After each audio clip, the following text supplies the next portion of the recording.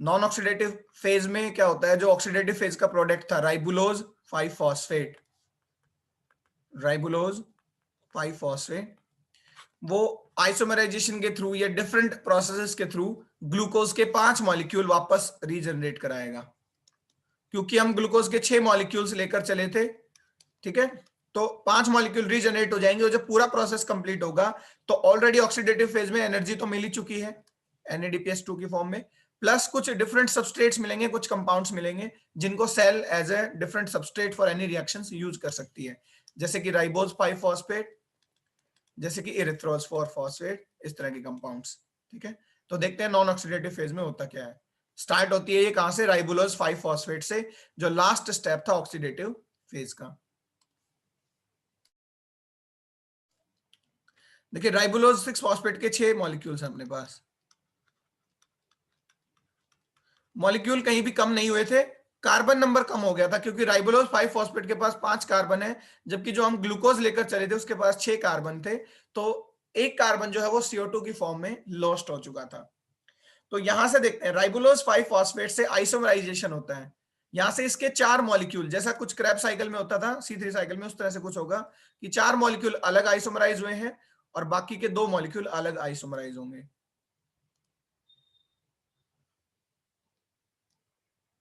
इसके 4 मॉलिक्यूल्स आइसोमराइज होते हैं, एंजाइम होता है एपीमरेज, ठीक है। 4 मॉलिक्यूल आइसोमराइज होते हैं जाइलुलोज 5 फॉस्फेट में। राइबुलोज भी एक शुगर है, जाइलुलोज भी एक शुगर है, दोनों सिमिलर शुगर है, एक दूसरे के आइसोमर है, ठीक है।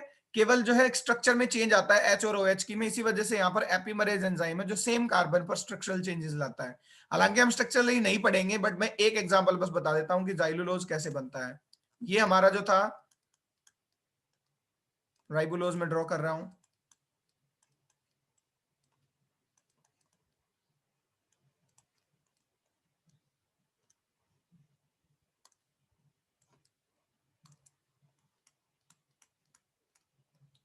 ठीक है। 1 2 3 4 5, जो आपका थर्ड कार्बन है यहाँ पर हाइड्रोजन और ऑक्सीजन जो हाइड्रोक्सिल ग्रुप है, इनकी पोजीशन चेंज हो जाती है, ठीक है। अगर ये इस तरह से होगा CH इधर OH इधर, तो ये जाइलुलोज 5 फॉस्फेट होता है।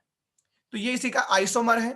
6 मॉलिक्यूल्स में से 4 मॉलिक्यूल, यानी 6 राइबुलोज 5 फॉस्फेट थे, 1 2 3 4 5 6, तो केवल 4 जो है वो आइसोमराइज हो गए, किसमें, जाइलुलोज में। बचे हुए 2 आइसोमराइज होते हैं, वहां पर एंजाइम रहेगा आइसोमेरेज, वो आइसोमराइज होते हैं राइबोज 5 फॉस्फेट में। ये बिल्कुल रिवर्स है C3 जो है C3 साइकिल का। C3 साइकिल में हमारे पास जाइलुलोज के 4 मॉलिक्यूल बनते थे, राइबोज के भी 2 मॉलिक्यूल बनते थे, और वो मिलकर 6 मॉलिक्यूल बनाते थे राइबुलोज 5 फॉस्फेट के। तो ये एक दूसरे के आइसोमर हैं, ठीक है। राइबुलोज के ही आइसोमर है दोनों, जाइलुलोज भी और राइबोज भी, क्योंकि 5वीं पोजीशन में फॉस्फेट है तो दोनों आइसोमर्स में 5th पोजीशन पर ही फॉस्फेट रहता है। चलिए अब नेक्स्ट देखते हैं। अब हमारे पास फाइनली राइबुलोज से नॉन ऑक्सीडेटिव फेज स्टार्ट होते ही 2 शुगर और आ गई, एक जाइलुलोज 5 फॉस्फेट, एक राइबोज 5 फॉस्फेट। जाइलुलोज के खुद 2 मॉलिक्यूल, जाइलुलोज 5 फॉस्फेट एक 5 कार्बन की शुगर है, ये भी एक 5 कार्बन की शुगर है, और इसके 2 मॉलिक्यूल ऑलरेडी हैं हमारे पास, ये पूरे के पूरे 2 मॉलिक्यूल, और जाइलुलोज 5 फॉस्फेट के भी 2 मॉलिक्यूल फिर से कंडेंस होते हैं, ठीक है। तो 5 कार्बन का मॉलिक्यूल, 5 कार्बन के 2 मॉलिक्यूल, यहां से भी 2 मॉलिक्यूल 5 कार्बन शुगर के। तो अगर मिलकर एक कंपाउंड बनाते तो 10 कार्बन का कंपाउंड बनाना चाहिए था, बट ये मिलकर नहीं बना रहे, पार्ट्स में बनाते हैं। एक बनाया जाता है सीडोहेप्टुलोज 7 फॉस्फेट,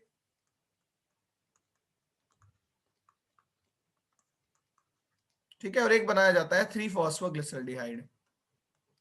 देखिए ध्यान से समझिए, ये भी एक 5 कार्बन की शुगर है, ये भी 5 कार्बन की, ये मिलकर 10 कार्बन का कंपाउंड नहीं बना रहे, ये पार्ट्स में बना रहे हैं, एक 7 कार्बन का, एक 3 कार्बन का। क्योंकि इनके 2-2 मॉलिक्यूल लिए थे, तो अगर 10 कार्बन का इकट्ठा कंपाउंड बनता तो उसके भी 2 मॉलिक्यूल बनते, बट क्योंकि पार्ट्स में बन रहा है तो 7 कार्बन वाले के भी 2 मॉलिक्यूल और 3 कार्बन वाले के भी 2 मॉलिक्यूल बनेंगे, तो इनके 2-2 मॉलिक्यूल बन गए, 3 फॉस्फोग्लिसरॉल्डिहाइड के भी और सीडोहेप्टुलोज 7 फॉस्फेट के भी। एक एक ही फॉस्फेट है दोनों के पास, क्योंकि राइबोज में भी और जाइलुलोज में भी एक ही फॉस्फेट थे। यहां तक आई गेस क्लियर होगा, आगे डिस्कस करते हैं।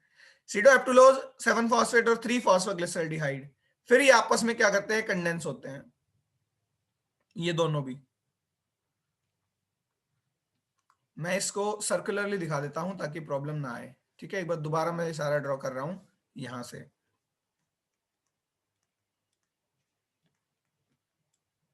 या हम इसको बेटर यहां से लीनियरली दिखा देते हैं। राइबुलोज 5 फॉस्फेट, ये चेंज हुआ था जाइलुलोज में,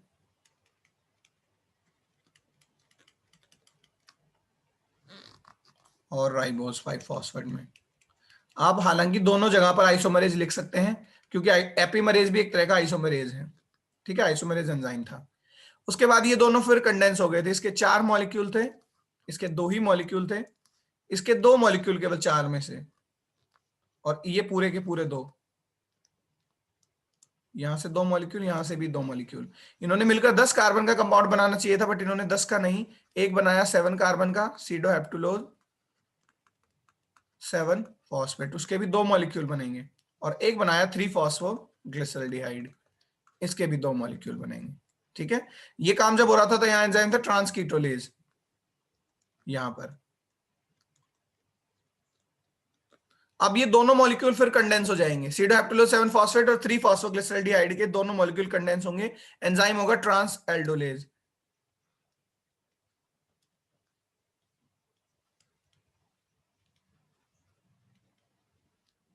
ठीक है, इन्होंने मिलकर भी 10 कार्बन का कंपाउंड बना लेना चाहिए था। 7 कार्बन है इसमें और इसमें 3 कार्बन है, तो ये कंडेंस होते तो 10 कार्बन का बनाते, बट ये भी पार्ट्स में बनाते हैं। ठीक है, पार्ट्स में जब बनाते हैं तो एक बनता है 6 कार्बन का फ्रक्टोज 6 फॉस्फेट, और दूसरा कितने कार्बन का बनेगा, 4 कार्बन का, क्योंकि 7 और 3 10 कार्बन होने चाहिए टोटल। तो वो जो बनता है वो बनता है इरेथ्रोज 4 फॉस्फेट। इसमें 4 कार्बन है और इनके मॉलिक्यूल कितने हैं, 2-2 मॉलिक्यूल बने हैं। 2 ही मॉलिक्यूल इसके, 2 ही मॉलिक्यूल इसके, क्योंकि 2 ही मॉलिक्यूल इसके थे, 2 ही मॉलिक्यूल इसके थे। तो इस तरह से देखिए, बस डाइवर्जन है, थोड़ा सा समझने में प्रॉब्लम है, अदरवाइज ये कंपाउंड हमने सारे पढ़े हुए हैं। ठीक है, हम ये गेस कर सकते हैं 7 और 3 से 10 का नहीं तो 6 और 4 के चारों कंपाउंड जो है वो बन रहे हैं। तो इरिथ्रोज 4 फॉस्फेट और फ्रक्टोज 6 फॉस्फेट के 2-2 मॉलिक्यूल बन गए। अब फाइनली बचे हुए 2 जाइलुलोज 5 फॉस्फेट के मॉलिक्यूल्स आएंगे। ध्यान रहे ये 5 कार्बन की शुगर है, 2 मॉलिक्यूल आ रहे हैं। ठीक है, फ्रक्टोज स्टेबल रहेगा, फ्रक्टोज 6 फॉस्फेट स्टेबल है। ठीक है, अभी फ्रक्टोज 6 फॉस्फेट के 2 ही मॉलिक्यूल है हमारे पास। अब देखिए इरिथ्रोज 4 फॉस्फेट के 2 मॉलिक्यूल अटैच होंगे बचे हुए जाइलुलोज 5 फॉस्फेट के 2 मॉलिक्यूल से। जाइलुलोज 5 फॉस्फेट के 2 मॉलिक्यूल और इरिथ्रोज 4 फॉस्फेट के 2 मॉलिक्यूल। एक 5 कार्बन की शुगर है, एक 4 कार्बन की शुगर है। ठीक है, मिलकर दोनों को क्या बनाना चाहिए था, 9 कार्बन का कंपाउंड बनाना चाहिए था, बट यह 9 कार्बन का कंपाउंड नहीं बनेगा। एंजाइम रहेगा ट्रांसकीटोलेज। ठीक है, ट्रांसकीटोलेज एंजाइम है। अब यहां पे देखिए क्या रहेगा, क्या मतलब क्या फॉर्म होगा, 6 और 3 का एक कंपाउंड फॉर्म होगा। तो 6 का हम जानते हैं फ्रक्टोज 6 फॉस्फेट ही बनता है। ठीक है, तो यहाँ 5 + 4 6 कार्बन का बना फ्रक्टोज 6 फॉस्फेट। तो मैं यहीं से डाइवर्जन दिखा रहा हूं उसका, कि फ्रक्टोज 6 फॉस्फेट के 2 मॉलिक्यूल और ऐड हो गए, फ्रक्टोज 6 फॉस्फेट। ठीक है, और बचा हुआ 3 का क्या है, 3 फॉस्फोग्लिसरल्डिहाइड। तो 3 फॉस्फोग्लिसरल्डिहाइड में यहां बनते हुए दिखा देता हूं। 3 फॉस्फोग्लिसरल्डिहाइड के भी 2 मॉलिक्यूल बनेंगे, फ्रक्टोज 6 फॉस्फेट के भी 2 मॉलिक्यूल बनेंगे। हमारे पास फ्रक्टोज 6 फॉस्फेट ऑलरेडी स्टेबल था एक कंपाउंड, उसके 2 मॉलिक्यूल थे, प्लस 2 और ऐड कर दिए, तो इसके टोटल 4 मॉलिक्यूल हो चुके हैं अभी तक फ्रक्टोज 6 फॉस्फेट के। तो फ्रक्टोज 6 फॉस्फेट तो बैलेंस है, अभी भी 3 फॉस्फोग्लिसरल्डिहाइड बैलेंस नहीं है। 3 फॉस्फोग्लिसरल्डिहाइड के 2 मॉलिक्यूल है, वो क्या करेगा, अपना एक मॉलिक्यूल चेंज कर देगा डाइहाइड्रोक्सी एसीटोन फॉस्फेट में। एंजाइम रहेगा आइसोमरेज। आप जानते हैं 3 फॉस्फोग्लिसरल्डिहाइड और डीएचएपी एक दूसरे के आइसोमर हैं, मैंने कई बार बताया हुआ है ये चीज। ठीक है,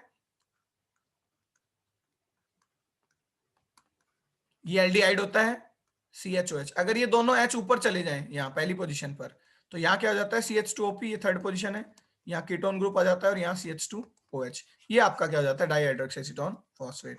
तो दोनों एक दूसरे के आइसोमर हैं, 3 फॉस्फोग्लिसरल्डिहाइड DHAP में चेंज हो गया है। तीन तीन कार्बन के कंपाउंड है, तो अब यहाँ एक मॉलिक्यूल रह गया 3-फॉस्फोग्लिसराइड का, और एक मॉलिक्यूल बन गया किसका, डाइहाइड्रोक्सीएसीटोन फॉस्फेट का। पहले 3-फॉस्फोग्लिसराइड के दो मॉलिक्यूल बने, उसने पहले तो अपने आप को आइसोमराइज किया, फिर दोनों कंडेंस हो गए। ये रिएक्शन भी आप जानते हैं, हमने ग्लाइकोलिसिस में ये पढ़ी हुई है, ठीक है। एंजाइम होता है एल्डोलेज। जब फ्रक्टोज 1,6 बाइफॉस्फेट टूटता है तो वो 3-फॉस्फोग्लिसराइड डीएचएपी में टूटता है। अगर ये दोनों जुड़ रहे हैं तो क्योंकि ये भी 3 कार्बन का, ये भी 3 कार्बन का, एक 6 कार्बन का कंपाउंड बनता है फ्रक्टोज 1,6 बाइफॉस्फेट। बाई क्यों? क्योंकि एक फॉस्फेट 3-फॉस्फोग्लिसराइड में थी, एक फॉस्फेट डीएचएपी में थी, तो इसका एक मॉलिक्यूल बना फ्रक्टोज 1,6 बाइफॉस्फेट का। यहां पर कोई भी सबस्ट्रेट लेवल फॉस्फोराइलेशन नहीं होता, ध्यान रहे। ये रेड जो मैं दिखा रहा हूं, फॉस्फेटेज एंजाइम एक फॉस्फेट को तोड़ देता है। कौन सी फॉस्फेट को? फर्स्ट पोजीशन की फॉस्फेट को। और ये एक मॉलिक्यूल जो फ्रक्टोज 1,6 बिस फॉस्फेट था, ये चेंज हो जाता है फ्रक्टोज 6 फॉस्फेट के मॉलिक्यूल में। तो यहां 4 ऑलरेडी आ चुके थे, क्योंकि 2 तो इसी रिएक्शन से बन गए थे, सिडोएप्टिलोज और 3-फॉस्फोग्लिसराइड वाली से। 2 यहां बने थे कब? जब ये 5 और 4 कार्बन की शुगर यानी कि जाइलुलोज और इथ्रोज बने, तब बने थे 2, तो टोटल 4 थे, और एक और आ गया, तो टोटल 5 मॉलिक्यूल लास्ट में। अब जो स्टेबल कंपाउंड बना वो बना फ्रक्टोज 6 फॉस्फेट। कितने मॉलिक्यूल? 5 मॉलिक्यूल्स, ठीक है। तो 5 मॉलिक्यूल हमें फाइनली फ्रक्टोज 6 फॉस्फेट के रीजनरेट होकर मिल गए। हम जानते हैं फ्रक्टोज का आइसोमर है ग्लूकोज, तो सिंपली आइसोमरेज एंजाइम बना देगा ग्लूकोज 6 फॉस्फेट। कितने मॉलिक्यूल? 5 मॉलिक्यूल। ग्लूकोज 6 फॉस्फेट के 5 मॉलिक्यूल हमें मिल गए। अगर आपको याद हो तो हम यहीं से जो है रिएक्शन को कैरी आउट कराते हुए चले थे। हालांकि ग्लूकोज भी ब्रेक डाउन होता है, ग्लूकोज 6 फॉस्फेट भी ग्लूकोज में ब्रेक डाउन होता है, और दोबारा से ग्लूकोज 6 फॉस्फेट बनता है फॉस्फोराइलेशन से, एटीपी से। तो ग्लूकोज 6 फॉस्फेट जो बना फाइनली, वो भी फॉस्फेटेज एंजाइम उसकी फॉस्फेट को तोड़ देगा, और अल्टीमेटली हमें 5 मॉलिक्यूल मिल जाएंगे किसके? ग्लूकोज के। हम 6 मॉलिक्यूल लेकर चले थे ग्लूकोज के, 5 वापस से रीजनरेट हो गए, तो एक ग्लूकोज हमारा खर्च हो गया, यानी एग्जॉस्ट हो गया या ऑक्सीडाइज हो गया। पूरा एक ग्लूकोज जब ऑक्सीडाइज हुआ दोनों फेजेस के through, oxidative phase as well as non oxidative phase, तो फाइनली हमें 12 NADPH2 मिले, जो कि 36 ATP के बराबर है। हमने फॉस्फोराइलेशन कराने के लिए ग्लूकोज को ग्लूकोज 6 फॉस्फेट बनाने के लिए एक्सोकाइनेज एंजाइम और जो है फॉस्फोराइलेशन करवाया, तो यहां पर 6 ATP खर्च हुए थे। तो नेट गेन जो रहेगा वो 36 - 6 30 ATP का गेन रहेगा, किसमें? ऑक्सीडेटिव पेंटोस फॉस्फेट पाथवे में। तो ये अच्छी बात है, क्योंकि यहां पर ज्यादा एनर्जी बनी है, ठीक है। एनर्जी NADPH2 के फॉर्म में बनी है, ये भी अच्छी बात है, क्योंकि ये भी ऑक्सीडाइज होकर 3 ATP के बराबर होता है। तो सिग्निफिकेंस की अगर बात करो इस पाथवे की, तो एक तो इसमें ज्यादा एनर्जी बनती है, मोर एनर्जी, ये इसका अच्छा सिग्निफिकेंस है। दूसरा, ये अल्टरनेटिव पाथवे है, एक ही चीज पर डिपेंड नहीं है ग्लूकोज। अल्टरनेटिव पाथवे होंगे तो डाइवर्सिटी आएगी, डिफरेंट कंपाउंड्स बनेंगे। इसमें कंपाउंड्स जैसे कि राइबुलोज 5 फॉस्फेट, जैसे कि राइबोज 5 फॉस्फेट, एरिथ्रोज 4 फॉस्फेट, इस तरह के इंपॉर्टेंट कंपाउंड बनते हैं। एरिथ्रोज 4 फॉस्फेट बहुत सारे अमाइनो एसिड्स को फॉर्म करता है, ठीक है। राइबोज 5 फॉस्फेट न्यूक्लियोटाइड्स का प्रिकर्सर है, इससे न्यूक्लियोटाइड बनते हैं, एडेनिन, ग्वानिन और अल्टीमेटली डीएनए, आरएनए। और राइबुलोज 5 फॉस्फेट प्लांट के अंदर फोटोसिंथेसिस में हेल्प करता है, ठीक है। जो आपका ये कंपाउंड है एरिथ्रोज 4 फॉस्फेट, इससे एरोमेटिक अमाइनो एसिड बनते हैं, जिसकी वजह से एंथोसाइनिन्स, जो आपका लिग्निन है, ठीक है, different kind of hormones, auxin as well as ABA, ये भी जो है आपका एरिथ्रोज 4 फॉस्फेट पर डिपेंड है सिकिमिक एसिड पाथवे के थ्रू। यानी सिकिमिक एसिड पाथवे का भी एक मॉलिक्यूल है, इंटरमीडिएट कंपाउंड है। तो डिफरेंट चीजों के लिए रॉ मटेरियल भी बनते हैं इस कंपाउंड के, इस पाथवे के थ्रू, इसीलिए एक अच्छा पाथवे है। और सबसे मेन बात है न्यूक्लिक एसिड्स का, न्यूक्लियोटाइड्स का भी ये क्या है? Precursor, ribose 5 phosphate. तो बहुत से इंटरमीडिएट कंपाउंड बने, इसीलिए एक अच्छा पाथवे है। तो ये था नॉन ऑक्सीडेटिव फेज। अगर कोई डाउट रहता है तो आप रिकॉर्डिंग देख लीजिएगा, क्योंकि थोड़ा सा लेंथी पाथवे है, ठीक है।